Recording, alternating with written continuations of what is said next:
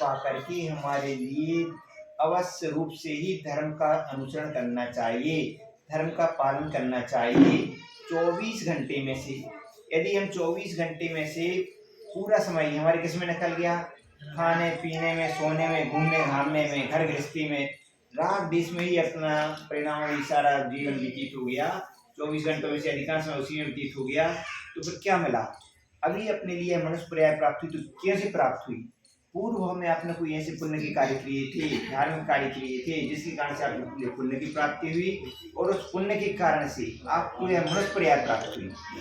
अब यह मनुष्य पर्याय प्राप्त हो गई, तो इस मनुष्य पर्याय का हम सभी के लिए क्या करना है? सदुपयोग करना है। और उस सदुपयोग कैसा करना है? धर्म के साथ में पूरा समय ऐसा भी निकालो, दिन में कुछ ना कुछ समय ऐसा निकालो कि धर्म के साथ वह क्षण बीते, और धर्म के वैसा क्षण बीतेंगे तो क्या प्राप्त होगी? अपने लिए पुण्य की प्राप्ति होगी, और यही पुण्य हमारे लिए क्या करेगा?